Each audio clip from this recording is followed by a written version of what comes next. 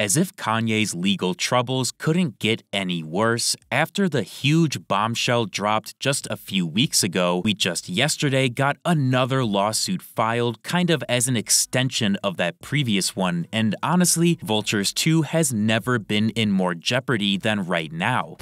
I love leaking! Before we get into the rest of the video, I wanted to quickly announce that I now have an official Leaky Discord, and the link to join that will be in this video's description. So if you remember back a number of days ago when we got the crazy big Trevor Phillips Donda Academy lawsuit that featured Kanye imitating the Super Mario jumping pose, there was a specific sequence included in support of Trevor's claims of racial discrimination and workplace abuse. That previous lawsuit mentioned one security guard who had noticed Kanye's poor treatment of black employees, and then there was another security guard mentioned who Kanye threatened to fire if the guard didn't shave his dreadlocks, which resulted in that guy resigning. It wasn't really made obvious in the Trevor Phillips papers if those security guards were supposed to be the same person, but regardless, this new lawsuit that just came out yesterday seems to be from the exact guard who was threatened with being fired if he didn't shave his hair.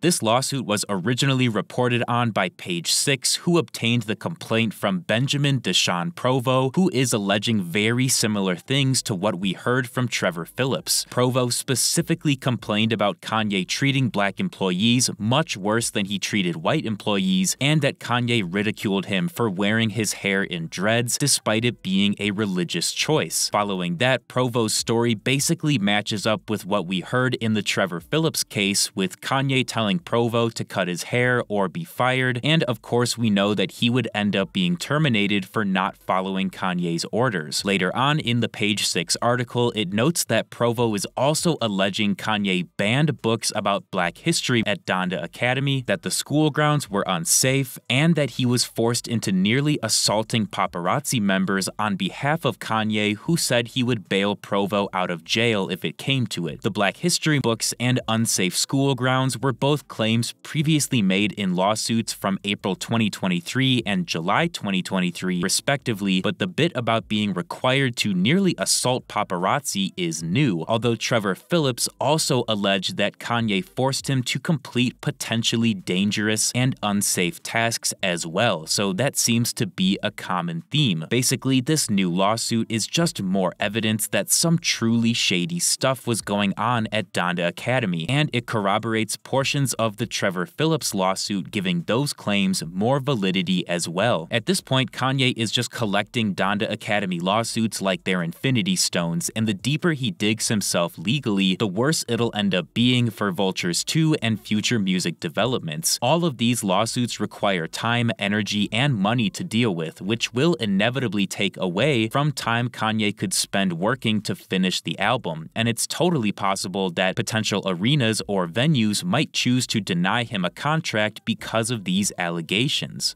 In other news, we did finally get to hear some Vultures 2 songs played by Ty yesterday in Abu Dhabi, but with the caveat that they featured literally zero changes. Ty pulled up and played both Field Trip and Fried, and then he came back out later to do Field Trip again with Don Toliver, but like I said, neither song featured any changes from the last time we'd heard them. Pray on our enemies when we die.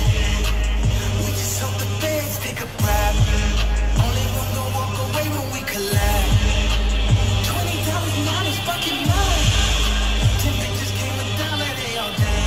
This is mildly concerning, considering May 3rd is only 6 days away, and both Fried and Field Trip are still nowhere near finished. Fried was still the same song we've been hearing, with only Kanye vocals, supported by the Ultras as backing tracks, with zero vocal involvement from Ty. Back on March 29th, we heard from Flab that Ty did indeed record for the song, but it seems a whole month of development time was not enough for him to want to play it. Along with that, Field Trip still did did not have a Kanye verse, despite the song having been in development since literally December of last year or earlier. I know Kanye's specialty is procrastinating and finishing things at the last minute, but these are huge parts of songs that still need to be filled in, which again just makes me doubt more and more that we are actually getting this album on May 3rd. Ty does have another pseudo performance in Dubai tomorrow, which looks like it's more of a club/DJ set type thing, so maybe, just maybe, we'll get to hear something genuinely new then.